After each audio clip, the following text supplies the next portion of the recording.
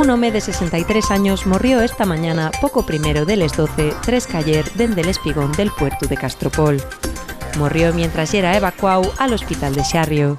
L'home foi rescatado con ayuda dunha embarcación por bomberos del SEPA con base en el Parque de Barres y personal del Servicio de Salvamento en Playes.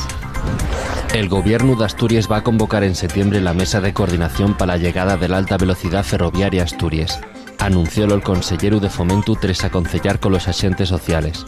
Alejandro Calvo trasladólos el so compromiso por poner Asturias en el mapa de las principales redes europeas de infraestructuras, como el Corredor Atlántico Noroeste.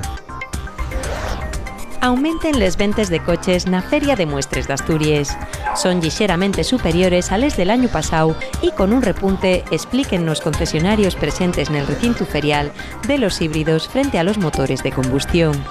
Aunque hay una caída en ventas con respecto de 2022 al rodio el 15%, equilíbrase con la subida del importe de venta media superior a 30.000 euros. El reflotamiento del Serenín. El pesquero gallego fundido va un año y medio frente al faro de Avilés, va a retrasarse hasta mediados de septiembre. La sala de máquinas del barco está llena de sable y la empresa encargada de recuperarlo tiene que dragalo para llixeralo, ya que calculen que agora puede estar nes 500 toneladas de peso. Además, está fundido de costado a estribor y la ponte de mandos desprendióse del casco. Los trabajos de excavación en el yacimiento de la Estaca en Les Regueres permitieron atopar un vial y unes muries.